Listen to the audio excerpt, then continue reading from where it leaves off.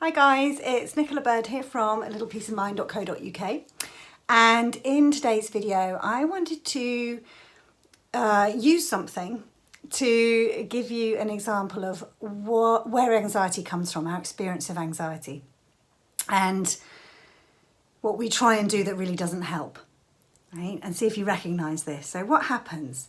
These things, they're called Chinese finger traps, right? So thank you to one of my mentors, Aaron Turner, for using this metaphor, which inspired me actually to create this video. But these things, I don't know if you've ever seen them, but you put your fingers in them, right? This is like what happens when we have anxiety, right?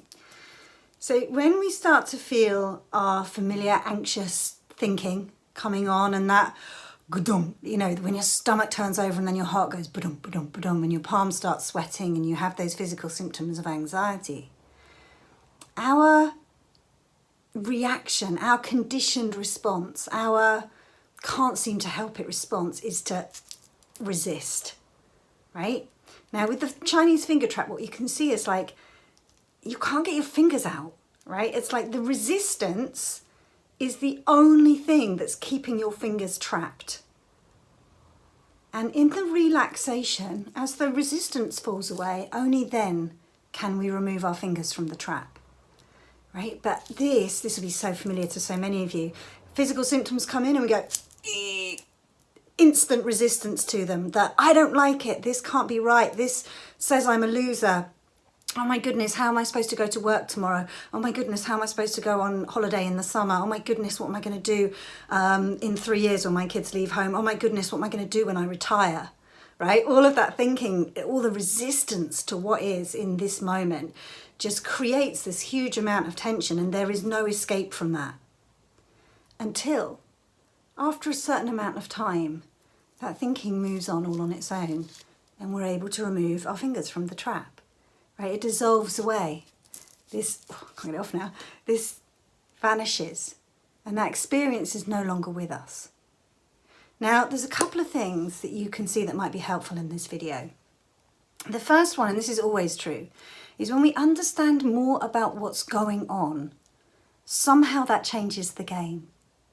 So if we know that going like that simply holds anxiety in place, then next time we start to feel that stomach turn over, we might just remember that doing that is anything but helpful.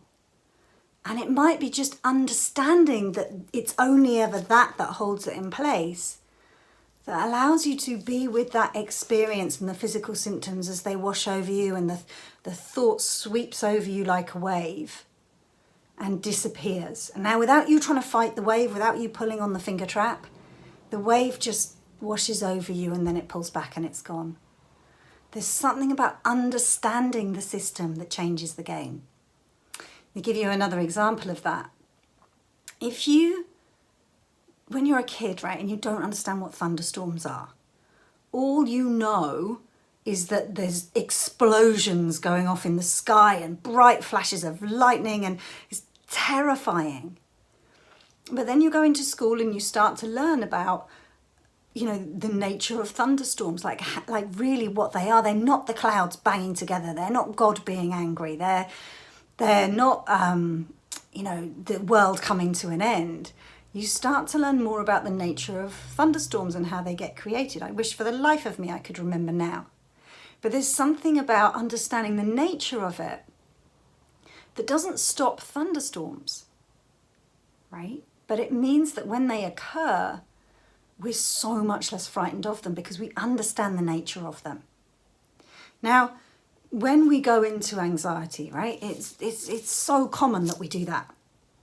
But here's what's cool, right? While we're doing that, we're suffering, we're stuck, we are in that experience until that thinking moves on, and then we're no longer in that experience, right, while it's actually taking place. So sometimes we'll go, oh, hang on a minute, that's the Chinese finger trap. We'll take a sit back and the whole experience will wash over us, right, without resistance. Sometimes we'll feel anxiety and we'll just go, and that's it. And we're stuck there and we're stuck. Nothing we can do about it. In that moment, the whole thing looks horrific, terrifying and real. And we're just caught up in it. Luckily, it always moves on its own anyway. But what is helpful is that after the event, right, we can, instead of us seeing that the situation we were in when that happened is now one that we need to avoid, we can see that the experience of this, every time we get panicky and stressed, is actually an invitation for us to reflect after the event and see. It's an invitation for us to see what we can see about the nature of the system. So after the event, when our minds are clear, we can reflect back and we can go, did that happen? Is that true that it's the act of resistance that holds anxiety in place? Oh yeah. Is it true that the thought came, it was experienced as completely real, and then it vanished as my thinking changed, and then I came back home? Is that true? Is it true that thought is transient? Is it true that I remain unharmed by that wave of fear and thinking? Is it true? Even though it felt like I was going to die in those moments, even though it felt like I couldn't cope, even though it felt like I needed to hand my notice in, get off the motorway, do whatever it was that I needed to do, when I come out of it, does life look the same as it does when I'm in the middle of a panic attack? So when I'm caught up in panic, my thinking, the content of my thinking, the characteristics of my thinking, the distortions in my thinking, the world looks different as I settle down the other side of a panic attack. Oh, that experience of all the fears and implications for my life, that's temporary. Wow. If I take some moment to see, God, I was thinking like a crazy person in the middle of that panic attack, and the world doesn't look like that to me now. Wow. What if thought is ever changing? What if thought is ever changing, and that means it can't be who I really am? Is there something in the experience that's constant before the panic attack, while this is going on, and afterwards, that remained constant and was kind of watching all of it? I wonder if that's who I really am. And other such questions that you might ask yourself. You might find yourself asking yourself the other side of a panic attack. Every single experience of panic is an opportunity, is an invitation to see more about how the system works.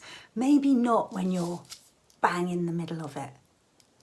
But afterwards, if you look, there's always something you can see that's new and fresh about where our experience comes from and who we are underneath all of it. I hope this has been helpful to you. I'd love to know if this resonates, because it so made sense to me. And I'll see you on another video. Okay, take care.